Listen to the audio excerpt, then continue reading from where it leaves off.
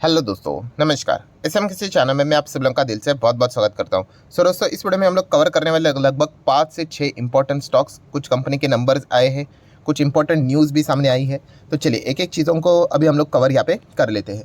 तो स्टार्ट कर लेते हैं सबसे पहले येस बैंक के साथ। तो येस बैंक की अगर हम लोग बात करें तो आप सभी लोगों को पता ही है कि दो चीज़ें होती है, एक होता है लॉन्ग टर्म वाले होते हैं, एक होते हैं शॉर्ट टर्म वाले। ठीक है, तो लॉन्ग टर्म वालों की अगर हम लोग यहाँ पे बात करें तो आप सभी लोगों को पता ही है कि येस बैंक अभी भी लॉन्ग टर्म के हिसाब से इतना कुछ प्रिपेयर्ड नहीं है, इसके लिए उसको बहुत टाइम लगेगा। इससे रिलेटेड मैंने एक एग्जांपल भी दिया था कि येस बैंक के साथ इतना बड़ा हादसा हुआ है, जैसे कि ये अभी अभी कोमा से बाहर आया है, एंड अगर आप ये एक्सपेक्ट करते हो कि ये वापस मैराथन दौड़ने के लिए शुरू हो जाए तो उसके लिए टाइम लगेगा। हाँ, छोटी मोटी रेस के लिए वो प्रिपेयर हो सकता है, मतलब 100 मीटर रेस के लिए, 200 मीटर रेस के लिए। मतलब शॉर्ट टर्म के लिए अगर हम लोग बात करें कि 17 से 20 रुपया जाएगा कि नहीं, 17 से 25 जाएगा कि नहीं, 30 जाएगा कि नहीं, ये बातें चलती रहेगी। बट 17 का स्टॉक क्या 170 जाएगा, क्या 200 जाएगा? हाँ, उसके लिए अभी इसको बहुत टाइम है, क्योंकि वहाँ पे अगर देखा गया तो हाँ, कंसिस्टेंसी मैटर करती है। नंबर एक आध बार अच्छे आ जाते हैं, फिर वापस ठंडे पड़ जाते हैं, तो लैक ऑफ कंसिस्टेंसी बहुत देखने को मिल जाती है। एंड इसमें अभी के मैनेजमेंट की कोई गलती नहीं, वो तो पुराना हादसा हम लोग को देखने को मिला है, एंड आरबीआई ने एंड बाकी बैंक्स ने इनको यहाँ पे बचाया है। तो बताने का मकसद क्या, इतना लंबा छोड़ा प्रवचन क्यों दे रहा हूँ कि येस बैंक को अगर अगर आपको देखना ही है तो शॉर्ट टर्म के हिसाब से आप इसको स्टडी करने के लिए देख सकते हो। लॉन्ग टर्म के हिसाब से जैसे मैंने कहा अभी तक ये इतना भी प्रिपेयर नहीं है। सो शॉर्ट टर्म के हिसाब से भी नंबर कैसे रहे, तो हम लोग जरूर कह सकते हैं कि कंपनी का जो प्रॉफिट है, अगर आप सिर्फ परसेंटेज देखोगे तो 48% की जंप नजर आएगी। बट येस, उसमें अदर इनकम का कंपोनेंट बहुत बड़ा है, एंड इसी चीज़ के चलते अगर फाइनल कंक्लूजन की भी अगर हम लोग बात करें, प्रॉफिट की भी बात करें, तो वो भी हम लोग को एस्टिमेट को भी मिस करते हुए देखने को मिल रहा है। मतलब शॉर्ट टर्म वाले जो रहते हैं वो एस्टिमेट्स के हिसाब से चीज़ों में प्लस माइनस करते हुए देखने को मिल जाते हैं। लॉन्ग टर्म वाले तो वैसे भी देखा गया तो थोड़े बहुत दूर ही रहेंगे।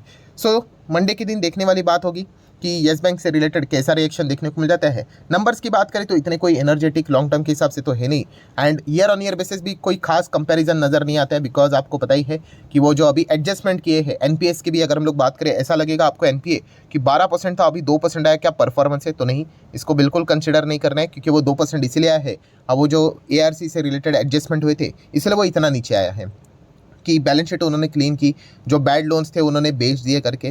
ठीक है, तो अभी आगे की जर्नी के हिसाब से अगर हम लोग बात करें तो येस बैंक के आने वाले नंबर्स लगातार कैसे आते हैं उसके ऊपर फोकस रहेगा। इस वक्त के नंबर की बात करें, ठीक ओके ओके परफॉर्मेंस रहा है, बट येस शॉर्ट टर्म वाले जो अनुमान लगा कर बैठे थे, थोड़े ज़्यादा लगा कर बैठे थे, इसीलिए उनका प्रॉफिट भी मिस होते हुए देखने को मिला है।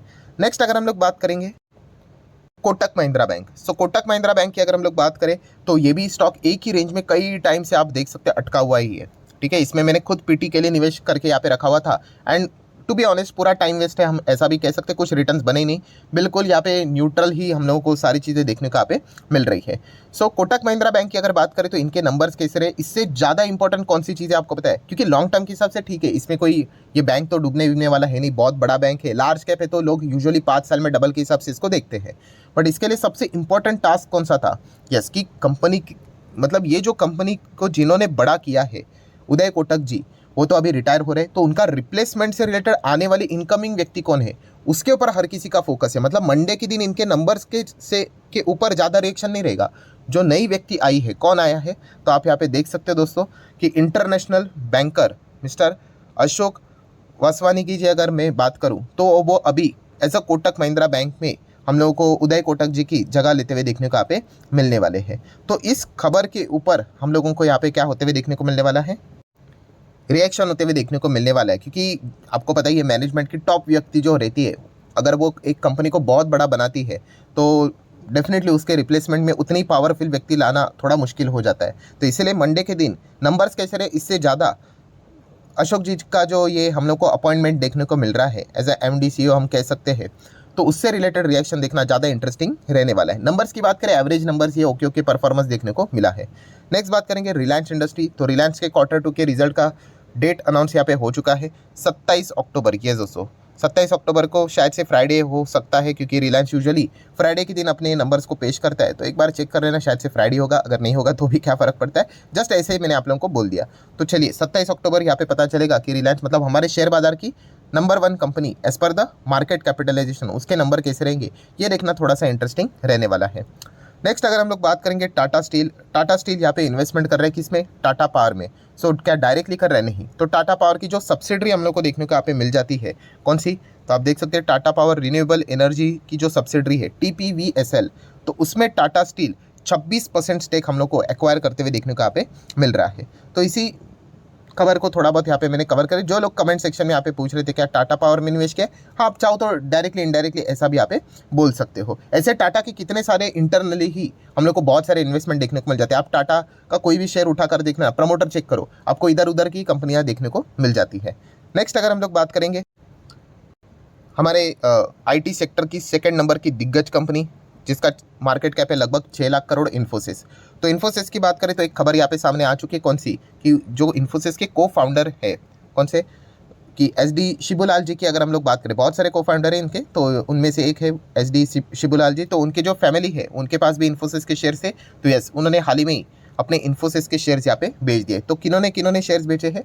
तो शिबुलाल सन की बात कर सकते हैं, डॉटर इन लॉ की बात कर सकते हैं, उन्होंने शेयर्स बेचे जिनकी वैल्यू है वर्थ लगभग 425 से 450 करोड़, आप ऐसा भी यहाँ पे कह सकते हैं। तो क्या इसके चलते स्टॉक क्रैश होगा, क्या गिरेगा? अरे ऐसा नहीं होता है, ठीक है। जैसे कि मैंने बहुत बार आपको कहा है कि इन्फोसिस में जो सारी चीज़ें होती है वो हम लोग को इंस्टीट्यूशंस के और भी बहुत बार देखने को यहाँ पे मिल जाती है। एंड इसमें आप देख सकते हैं FISDS की बड़ी पोजीशन 60-70% इंस्टीट्यूशंस के देखने को यहाँ पे मिल रहे हैं।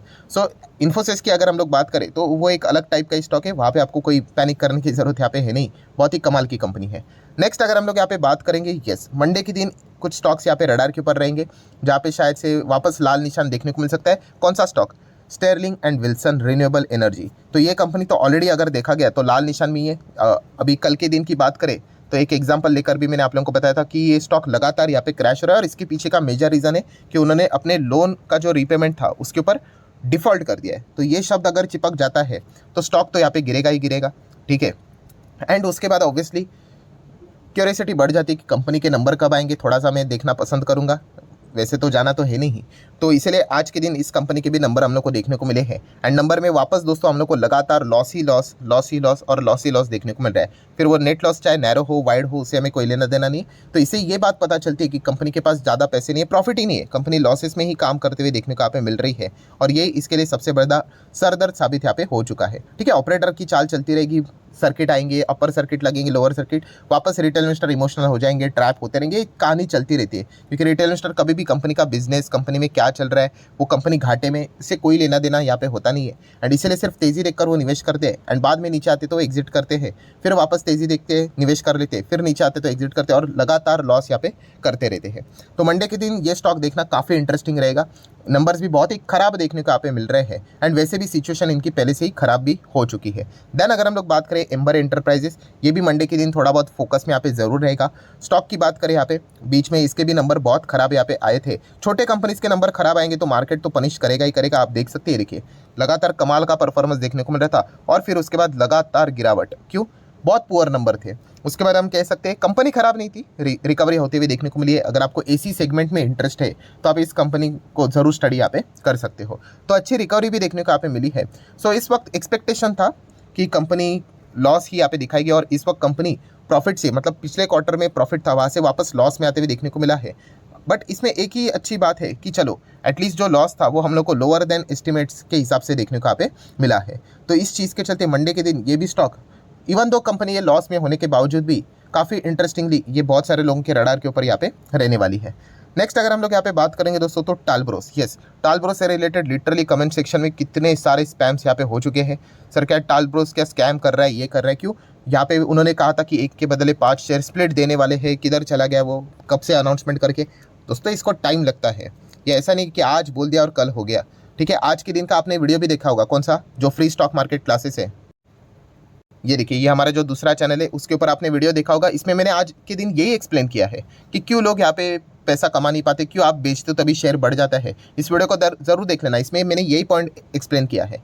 हमारे पास पेशेंस ही नहीं होते, सब कुछ फटाफट चाहिए। अरे जो रूल्स रेगुलेशन है उसको फॉलो करना पड़ेगा, अप्रूवल लाने पड़ते हैं, बहुत सारे टर्म्स एंड कंडीशंस होते हैं, पेपर वर्क होता है। वो सब कुछ हो जाने के बाद ऑफिशियली डेट डिक्लेयर होती है कि हाँ भाई कब से ये एक्स डेट, मतलब एक्स स्प्लिट यहाँ पे होने वाला है। तो चलिए डेट सामने आ चुकी है, आप देख सकते हो 27 अक्टूबर ये एक्स डेट है, मतलब 26 अक्टूबर टेक्निकली अगर देखा गया 26 को भी चेक कर लेना कि छुट्टी है कि नहीं, अगर छुट्टी रहेगी तो 25 को छुट्टी रहेगी तो 24, वो छुट्टी रहेगी तो उसके आगे का दिन। तो 26 अक्टूबर मतलब बताने का क्या है, उसके एक दिन पहले जो भी ये डेट लिखी हुई रहती है उसके एक दिन पहले अगर कोई शेयर खरीदता है तो यस उसको एक के बदले 5 शेयर यहाँ पे मिल जाएंगे। अभी ये सुनकर कभी शेयर खरीदा नहीं होता है कि एक के बदले 5 शेयर मतलब कुछ तो खजाना मिल गया करके, नहीं। शेयर प्राइस भी क्या हो जाएगा 1/5 यहाँ पे हो जाएगा, ठीक है। तो ऐसा नहीं कि एक शेयर आप खरीदोगे 1000 का, वो 5 हो जाएंगे तो 5000 हो जाएंगे और मैं शेयर बेच दूंगा तो मुझे 4000 का मुनाफा हो जाएगा, ऐसा नहीं होता है। ये शेयर भी 1/5 यहाँ पे हो जाएगा, ठीक है। 200 रुपये के आसपास आपको ये शेयर देखने को मिल जाएगा। तो आप बेचोगे जो जितना आपने इन्वेस्ट किया उतना ही आपको मिलेगा। तो फिर बेनिफिट क्या है, बेनिफिट लॉन्ग टर्म वालों को मिलता है, कंपाउंडिंग का फायदा मिलता है, ठीक है। वो हिडन फायदा रहता है यहाँ पे। तो चलिए फाइनल डेट भी सामने यहाँ पे आ चुके हैं, वो भी मैंने आप लोगों को यहाँ पे दिखा दी है। सो ठीक है दोस्तों, आशा करता हूँ वीडियो हेल्पफुल लगा होगा। तो चाहो तो आप इसको लाइक एंड शेयर भी यहाँ पे कर सकते हो। So that's it, thank you very much दोस्तों, we will be meeting our next video. तब तक के लिए बाय बाय।